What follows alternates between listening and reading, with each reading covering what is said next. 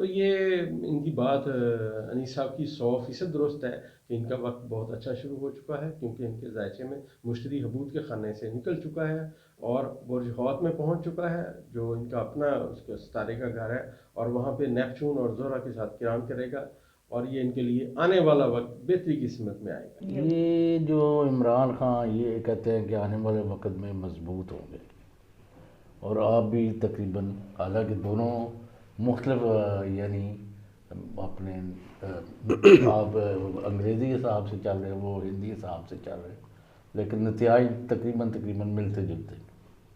لیکن ground realities کو دیکھیں تو اس وقت لوگ جو ہے نا پاکستان میں وہ جوڑیاں پھیلا کے بد دعائیں دے رہے ہیں عمران خان اور ان کی حکومت کو۔ جتنی پاپولیرٹی ان کی تھی اور جتنی ان سے توقع تھی، انہوں نے اپنا 3.5 سال، جس کے بھی مشورے پر، میں اس میں نہیں جاتا ہوں، اگر مجھے پتہ بھی ہوگا تو میں نہیں بتاؤں، تو انہوں نے اپنا حشر کرا لیا۔ آیا وہ دوبارہ جو لوگ ان کو تو اعلان کر کے بھاگے جا رہے ہیں ان سے دور، آیا کوئی ایسا اقدامات کر لیں گے پرو پیپل، پرو پور، غریب کے لیے، عام آدمی کے لیے، کہ وہ دوبارہ لوگ ان کی طرف رجوع کریں؟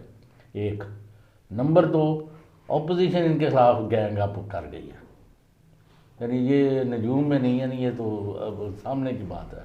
تو آیا وہ اگلے مہینے 2 مہینے میں یا اگلے 6 مہینے میں بھی ان کو اسمبلی کے ذریعے یا عوام کی اسمبلی کے ذریعے، یعنی لانگ مارچ یا جلوس جلسے یا ایجیٹیشن کے ذریعے عمران خان کو نکال سکیں گے؟ یہ چیزیں دونوں کا بھی آپ جواب دیں۔ جی سر، بات یہ ہے کہ خان صاحب کا 15 جنوری سے 15 فروری تک ایک انڈین جو اسٹرالوجی میں ایک لفظ بولا جاتا ہے، بیا بندر کا کھیل، یہ 1 مہینہ 30 دن سمجھ لیں آپ، یہ ان کے لیے ناقص تھے، یہ ان کے لیے شور شرابہ، ڈس انفارمیشنز اور اس طرح کی چیزیں ہونی تھیں۔ آپ نے پہلے بھی لکھا تھا۔ جی بالکل جی، وہ اب 15 فروری کے بعد جب سورج اور مشتری ان کی خواہشات میں اکٹھے ہوں گے تو انشاءاللہ یہ یکسر ٹائم چینج ہوتا ہوا دیکھیں گے آپ، انشاءاللہ کیونکہ یہ بہت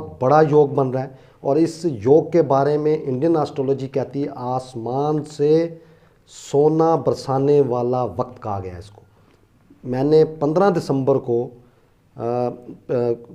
کسی صاحب کے کہنے پہ پریڈکشن کی تھی کہ 15 دسمبر کے بعد پاکستانی معیشت میں بڑی تیزی سے چینجنگ آنی شروع ہو جائیں گی انشاءاللہ، اور یہ آنے والے وقت میں اس نے بڑھنا ہے، اور یہ بہت بڑی نشانی آ رہی ہے 15 فروری سے 15 مارچ، میں پھر ریپیٹ کر رہا ہوں جی، 15 فروری سے 15 مارچ انڈین ایسٹرولوجی کے مطابق آسمان سے سونا برسانے والا ٹائم، واللہ عالم اللہ تعالیٰ نے کیا مدد کرنی ہے، اللہ مہربانی کرے، اگر نہیں بھی کرنی تو اللہ کر دے انشاءاللہ آپ کے منہ میں گھی چکر۔ جی انشاءاللہ بہت مضبوط ہے، بہت مضبوط یوگ ہے جی، بہت مضبوط یوگ ہے جی۔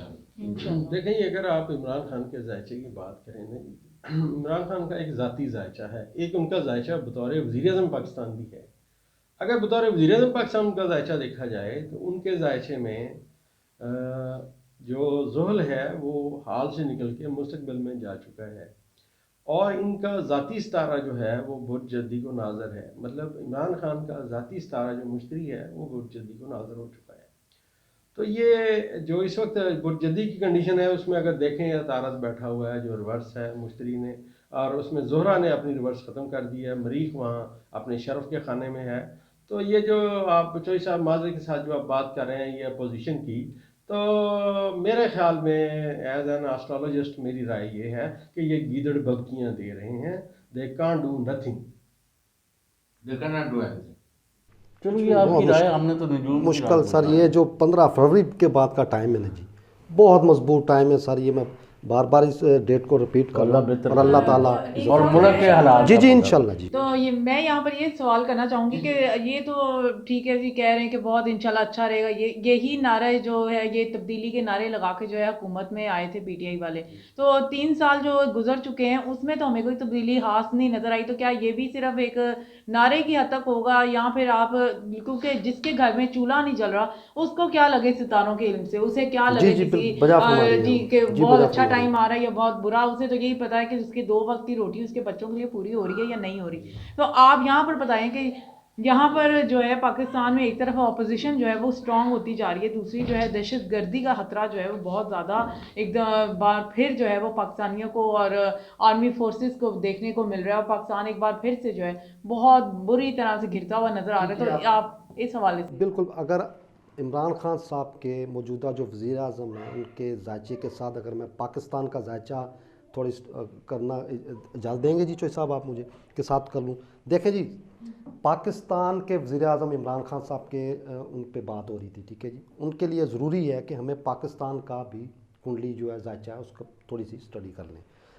پاکستان کا جو ہے وہ 3 نمبر مطلب یہ جمنائی سے کنڈلی ان کی بنتی ہے، ٹھیک ہے.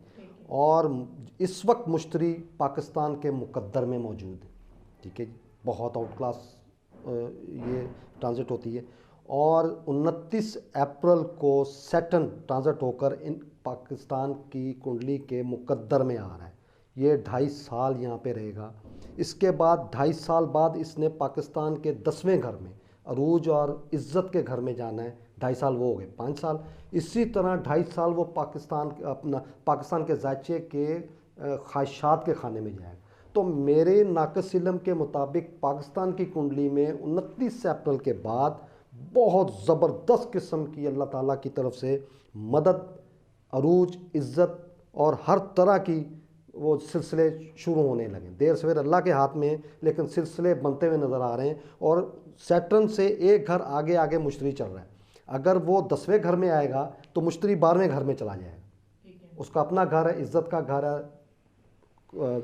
پارلیمنٹ کا گھر ہے، مطلب بہت مضبوط گھر ہوتا ہے. اسی طرح جب یہیں پہ سیٹن ہوگا اور زحل ہوگا اور مشتری ٹرانزٹ کر کے ان کی خواہشات کے گھر میں چلا جائے گا. تو اس لیے یہ جو اگلے 2.5-3 سال یا 5 سال میں دیکھ رہا ہوں، یہ پاکستان کے بھی بہت مضبوط دیکھ رہا ہوں.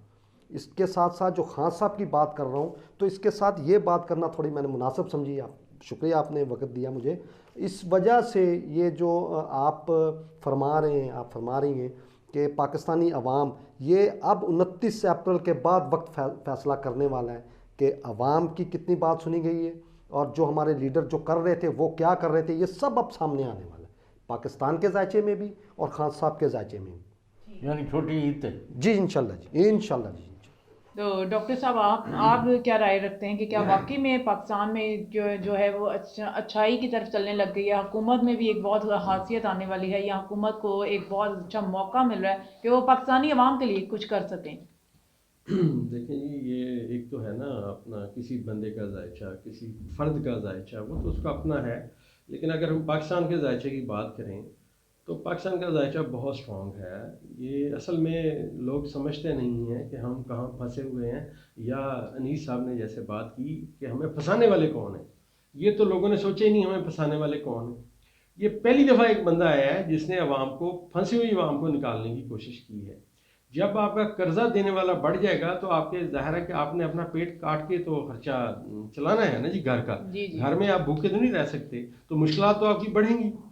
لیکن میں ایک بات بتاؤں، انیس صاحب 100% درست کہہ رہے ہیں. میرا ذائچہ بھی یہی ہے کہ پاکستان میں ایک بہت مضبوط معیشت کا جو ہے نا نقطہ آغاز آ چکا ہے، کیونکہ مشتری پاکستان کے فائنانس کے ستارے زورا کے ساتھ مل کے ایک ایسے کران کی صورتحال میں ہے جو برج حوت میں ہے، جس کا 100% مطلب یہ ہے کہ وہ سمندری راستہ جس کے اوپر پوری دنیا کو دکھ ہے اب یہ چل پڑے گا، اور پاکستان کی ہوا بھی پیسے دے گی. انیس صاحب کی بات درست ہے، پاکستان کی زمین بھی پیسے دے گی.